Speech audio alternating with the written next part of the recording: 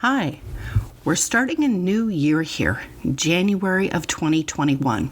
And among all of the different fun things I get to work on in the beginning of a new year, one of them is setting up a new semester of my Textiles course. As you may have guessed from reading the podcast description, or if you didn't, and I'm just explaining it to you here, I have actually made this podcast for students in my college course. However, I do know that there are other people, such as Rhonda, who works in a wool shop in a small village, who are enjoying the podcast for the opportunity to actually learn about textiles. I understand that there's not that many textiles professors out there in the world, and that this may be one of the best ways for people to learn.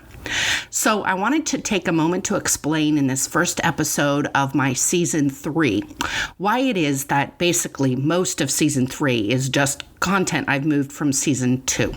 And that's because I know it's really pretty much easiest if you subscribe to a podcast and then let your podcatcher just deliver it to your device on a consistent basis and just simply listen to the next episode rather than going to search for episodes or to try and figure out if you're listening to them in the right order.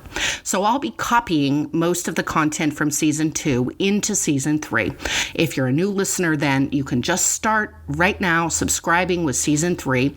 Welcome if you're a student in my college class, but also welcome if you're a Rhonda.